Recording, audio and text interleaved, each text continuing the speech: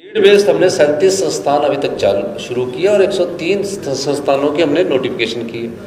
अब हमने स्टडी किया कि कई जगह तहसीलें बहुत दूर है, सब तहसीलें बहुत दूर है, पटवार सलकर बहुत दूर है, वहाँ भी नीड बेस्ड असेसमेंट कर रहे हैं और वहाँ भी नीड बेस्ड होगा। नियुक्तियाँ भी कर रहे हैं और साथ में हम संस्थान भी खोल रहे हैं। तो उन संस्थानों को खोला गया।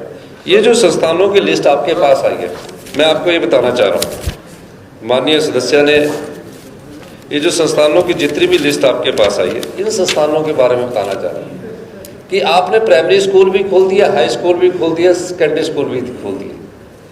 माननीय शिक्षा मंत्री जी से चर्चा हुई तो पता लगा रैशनलाइजेशन में उन स्कूलों में बच्चे ही नहीं है।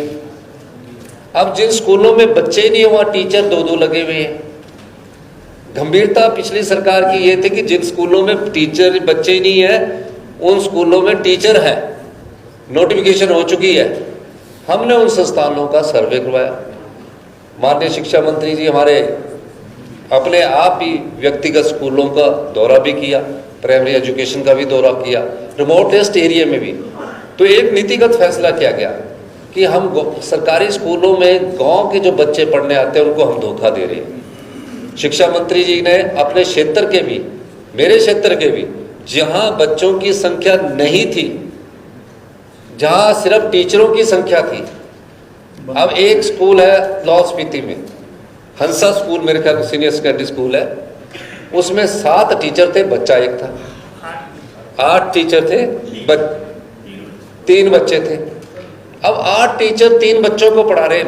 मैं आपको इसलिए विस्तृत देना चाह रहा हूं कि इस पिछली सरकार की गंभीरता देखिए। हम सिर्फ टीचरों को ये नहीं रख रहे कि उनको एडजस्ट करना, हमने टीचरों से बच्चों की क्वालिटी पर भी अच्छा इफेक्ट पड़े, उस दृष्टिकोण से हमने कार्य किया।